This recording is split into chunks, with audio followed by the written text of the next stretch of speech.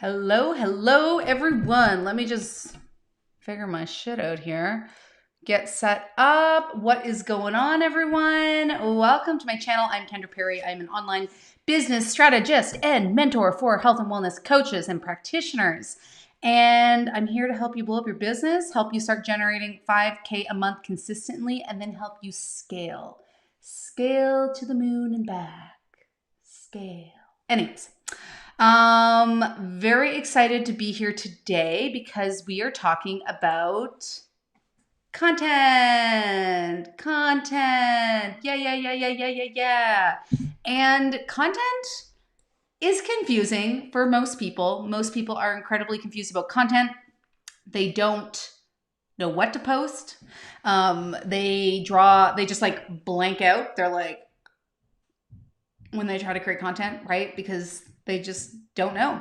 And their content is also probably very inconsistent because they don't know what to post, right? Sometimes they're like, yeah, I totally know what to post. I got this idea, I got that idea, I got all these fucking ideas, and I feel so fucking excited, and everything's awesome. And then suddenly they're just like, I got nothing. I don't know what to post. And I got fucking nothing, right? So in this video, and I got all these great notes in front of me, we are going to be talking about content ideas for health and wellness coaches. Any online coach this will be relevant to, but particularly if you're in the health and wellness space, that is my experience. That is what I am a boss on, but I also know about these other industries. So anyways, when people tell me I am confused about content,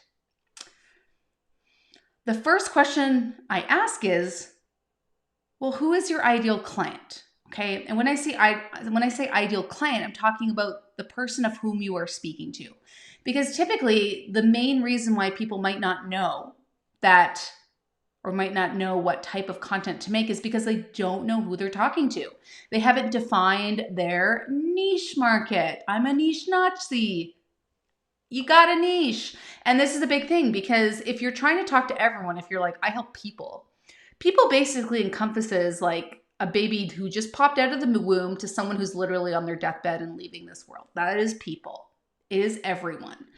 And it's really hard to talk to all those people because ultimately they talk differently, right? Like the way that I would talk to a woman in her 20s is not the same way that I talk to a man in his 90s, right? So we got to narrow down and at least figure out like kind of who they are, right? I know that my ideal client are health and wellness practitioners, usually in their 30s or 40s, and they're new.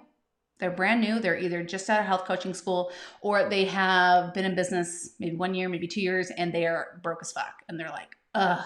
So I talk, like the way I talk might not resonate with someone in their 20s, right? They might not, it definitely won't resonate with someone who's older. So, it's all about knowing who you're talking to in terms of who that person is, but also what their problem is, right? I talk about niching a lot because it is so friggin' important. It is like the most important thing.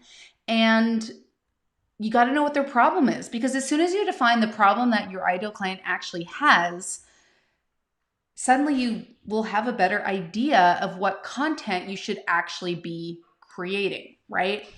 If you're talking to everyone, you're like, oh man, should I talk about joint pain? Like, should I talk about the immune system? Should I talk about, strategies for food prepping? Like, there's all these topics. There's a million topics. And it's like, yeah, there is a million topics. There's a million fucking topics.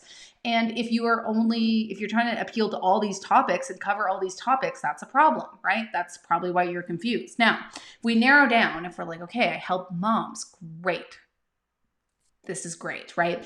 And maybe you help moms who have, recently given birth and they want to lose the baby weight, right? Great.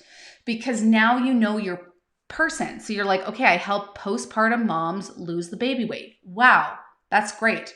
And that really helps because we can kind of think, okay, so if I'm a postpartum mom who wants to lose the baby weight, what do I need help with? Well, I need, workouts that I can do in between naps, right? I need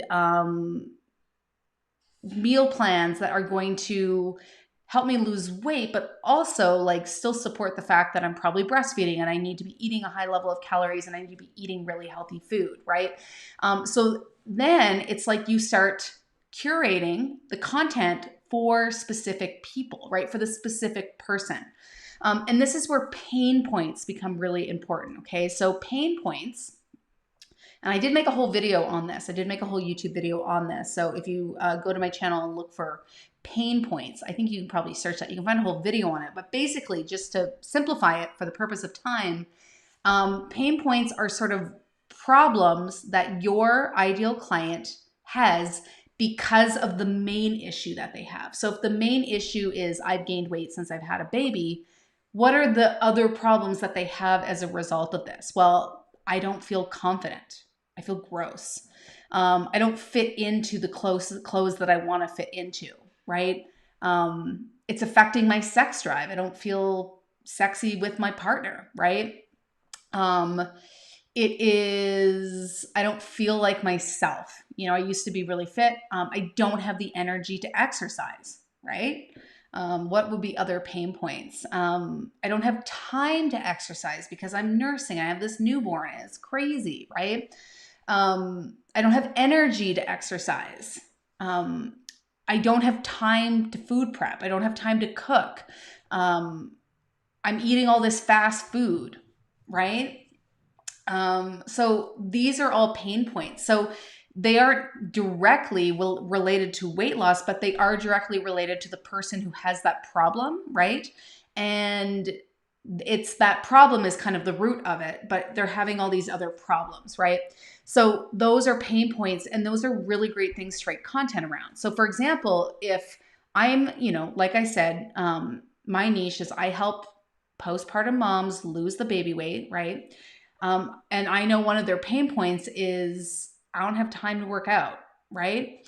Or to do a full workout. I don't have time to do a full hour-long workout. So maybe you create a piece of content around, here are 10 ways to get the biggest bang for your buck in 5 minutes for exercise, right? So you basically teach them these quick little 5-minute bursts of exercise that they can do, in between naps or whatever, right? So pain points are really important, and they really need to come from your person, right? So it usually helps if you niche in something that you've had experience with, right? Like if you were that postpartum mom who couldn't lose the baby weight and then you managed to lose it, it's going to really help you because you are going to very deeply and intimately understand what your ideal client is going through. So you can draw on a lot of your personal experience.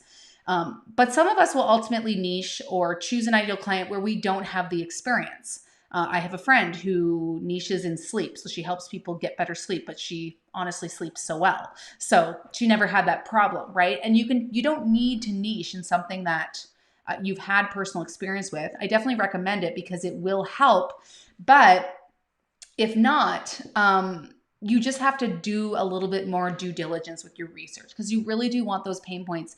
You want to get it from people who are actually struggling with that problem, okay? So if you know anyone who has the same problem as the niche that you target, ask them. Ask them, like, what are their biggest struggles associated with that? You can literally find people who fit into the description of your ideal client and interview them. Say, hey, will you hop on a Zoom call with me? 20, 30 minutes, no pitch, just want to ask you some questions if you're comfortable. A lot of people are totally open and willing to do that, which is pretty cool, okay? So that's really, really important. Now, the other thing you can do is pay attention in your client appointments, right? Because your clients are going to give you tons of content ideas, right? They are going to say, they're going to ask you questions. They're going to tell you your struggles. Like after a client appointment, instead of like running off to do something else or whatever it is, like take a moment and look at your notes from that appointment. What pain points came up? Like, what are they struggling with? Because those are really great content ideas. What questions did they ask you? Like anytime someone asks you a question, type it out in a notes form, use a Post-it, whatever you want to do. Like that is a great thing to do a piece of content around because if one person has had that question, I guarantee other people are going to have that question as well. Okay. So it's really about getting in the head of your people. The reason why I know what content to create, and I do create great content, guys. this is me pumping myself up, but I do create great content, and the reason for that is because I spend a lot of time getting to know the person that I serve, which is you, right? The health and wellness coach, the online coach who is struggling to build your business. I talk to you on a regular basis. I pay attention in my client appointments. I pay attention to my groups, and I look at what people are really struggling with. And that is literally what I take inspiration from. Now, I can hear you saying, and let me know if this is you, I'm brand new, so I don't have clients. So how do I get to know this? So I already mentioned one strategy, right? I told you to interview people. If you can interview like 10 plus people who have the problem that you solve or you want to be solving in your business, I mean, that's awesome, right? You can actually get a ton of information, like record that meeting on Zoom, download the audio, put it into something like Temi, Temi.com, Temi, transcribe it, read it, go through it, see what people said, right? That is fantastic. That is actually called market research. This is something I teach all my students inside Health Coach Accelerator, my signature program, okay? The other thing you can do is go into Facebook groups. I guarantee there's like a million Facebook support groups, right? And some are very active. And so you can literally, so let's say you are like, okay, I'm going to niche in anxiety. I'm going to help men solve their anxiety, or I'm going to niche in IBS or joint pain or Hashimoto's or whatever it is, whatever your niche is, like go into the Facebook search bar and put in that keyword, and I guarantee you are going to find multiple groups. You're probably going to find public groups, ones that you can join. You literally want to go in there and be a fly on the wall, right? See what questions people are asking. See what people are struggling with. That is where you can get content ideas and pain point ideas from, right? Is like, wow, everyone is asking a lot of questions about this, or everyone seems to be struggling with this, or this person asked this really interesting question. A lot of people commented. What a great thing to create content on, right? The ideas are everywhere, okay? Now, the other thing you can do is you can follow similar accounts and see what they are posting. So, for example, if you help women with fatigue, you could find another coach or doctor or professional who helps people with fatigue and see what they are posting on their social media. Super, super helpful. The other thing you can do is use something like Google Trends. So you can see basically what is trending in health and wellness. If you help people with anxiety, you can see what is trending in anxiety. This will help you find things that are kind of top of mind, right? Things that are on people's mind right now. An example is, this was a while ago now. I feel like this was like a year ago, but there was this article came out that said like coconut oil was the devil, and it was really controversial, and people got really upset about it because there's all these people who are saying, coconut oil is like the shit, right? And so like at that time, what a great time to write an article about coconut oil. Obviously only if it's relevant to your people, but if you find a trend that is relevant to your niche, I mean, that is a great thing to write about because people are searching for it. It's on a lot of people's minds, and that's why it's showing up in Google Trends, because a lot of people are searching about it, okay? The other resource you can use is something called Answer the Public. Answer the Public. And why don't I show this to you? Okay, I'm just going to share my screen for a second here. So I'm going to Answer the Public. Let's go to screen share. That's not the right screen. Let's see here. How do I get default screen? Okay, well, why don't I just bring it down here? This will just be easier. All right. I think you guys can see that.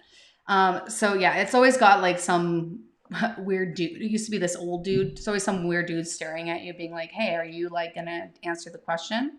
Okay, so let's say I'm niching in acne. That's the problem I solve. So I'm gonna say acne, search. And what it's gonna do is it's going to populate all the questions that get asked about acne. Now it's going to take a few seconds, but it's going to populate what, where, who, when, all these kinds of questions. And wow, look at this. So how acne forms, how acne looks like, how acne starts, how acne ruined my life, how acne affects self-esteem, how acne makes me feel, how acne scars from, how acne patches work. So this is a good one, how acne affects self-esteem. So if you solved the problem with acne, you could say, okay, like 3 ways to work on self-esteem when you have acne, right? Like that would be a great piece of content. Or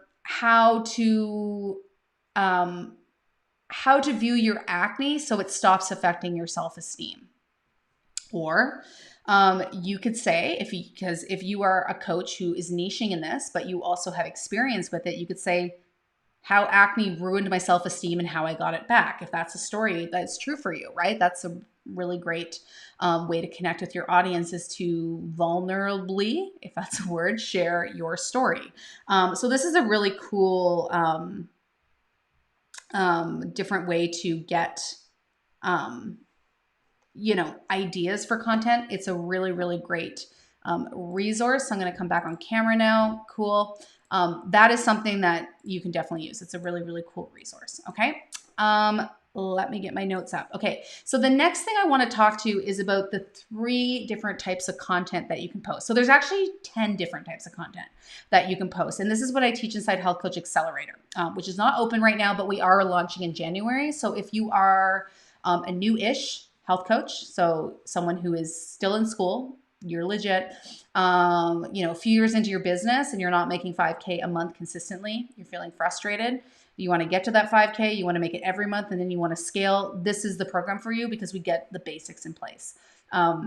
Without these foundational pieces in place that I teach inside this program, you're not going to be successful doing a membership, a course, a group program, doing anything that involves scaling your business. So I will link to that below this video, the wait list for Health Coach Accelerator that launches in January. But anyway, so inside this program, I teach 10 different types of content that you can share, but I'm going to share, for the sake of time, 3 with you today. Okay. So the 3 different types of content, these are really important, all 3 of them. So educational how-to content, educational or how-to, same thing. Limiting beliefs, and connection content. Okay. Now, educational how-to content, I would say, is the most common type of content that people post. That's what most people are posting, and that's usually what you're told to post. And this is what this video is, right? How to get content ideas, like how to create content, right? So yeah, that it is it typically is the most common and the most content type that you're going to post. And so this is basically showing people how to do things, which is great. But if this is the only type of content you're posting, you are going to blend in and you're not going to stand out, okay? Because the truth is, everyone is getting that information. Everyone is being told to create that kind of content. So where we can really start to stand out and stand apart from people is when we actually address or shift limiting beliefs, okay? This is where you kind of move away from just being a coach or an expert and step into the realm of thought leader, right? Because if we shift people's limiting beliefs and we shift their perspective, I mean, that's super powerful shit, right? And I guarantee that your client has limiting beliefs that are preventing them from believing that they can succeed and reverse their health problem. And they probably have limiting beliefs that are preventing them from even signing up with you because they don't necessarily believe you can do it. So you will notice that in my content, more and more on YouTube now, but especially my podcast. So I have a podcast called The Wealthy Coach. I do a lot of addressing of limiting beliefs because I know that you struggle a lot with limiting beliefs. And having those limiting beliefs makes you believe that you cannot build a business. Therefore, you don't even think it's worth it to become one of my clients or students because you're like, well, fuck, like I don't even believe I can do it, right? So shifting limiting beliefs is really powerful, right? Because not only is it memorable and people are like, wow, I always thought this and she just made me think something totally different, or he just made me think something totally different. But it also might empower them with their health. So they actually believe they can do it. Therefore, they're like, well, I'm going to sign up with this coach because I think I can do it. I think I just need some support, right? So just some examples of limiting beliefs. Like, I would say, like, we used anxiety as an example earlier. So there's a lot of, there's a belief out there that the only way to reverse anxiety is with medication. And when it comes to limiting beliefs, you only have to prove that it's not true in all cases, right? Just one example of it not being true is enough to kind of blow it out of the water, right? So you can say, like, a great piece title for content would be medication isn't the only way to ease anxiety, right? And people who believe that that's true are going to be intrigued by your content title because they're like, I thought like I would need to go on medication. I thought this was the only way. And you're saying, hey, it's helpful for some people. Some people need it and it does help them, but this isn't always the case. And I know many people who, take these drugs and they don't see relief. There's actually all these other things you can do that don't involve medication to reverse your anxiety. You've just shifted someone's limiting belief, right? Maybe a limiting belief would be, well, I can't get healthy because I don't have willpower, right? So they're like, I just don't have willpower. But what you teach them is like, hey, like willpower is bullshit, doesn't exist. Like, you don't have willpower and that doesn't matter because what we are going to work on is micro habits or something like that, right? So it's really diving into your ideal client's brain and figuring out like what's blocking them. Especially in health and wellness, there's a lot of limiting beliefs like when it comes to the conventional health model that's pretty much shoved down everyone's throat, right?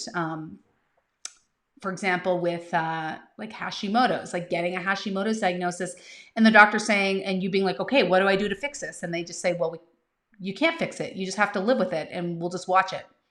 And maybe at some point we'll put you on medication or something like that, right? So there's a lot of belief that like it's totally impossible to get rid of an autoimmune condition or alleviate it and make it better because they've been told by their doctor that no, there's nothing you can do. We just watch it, right?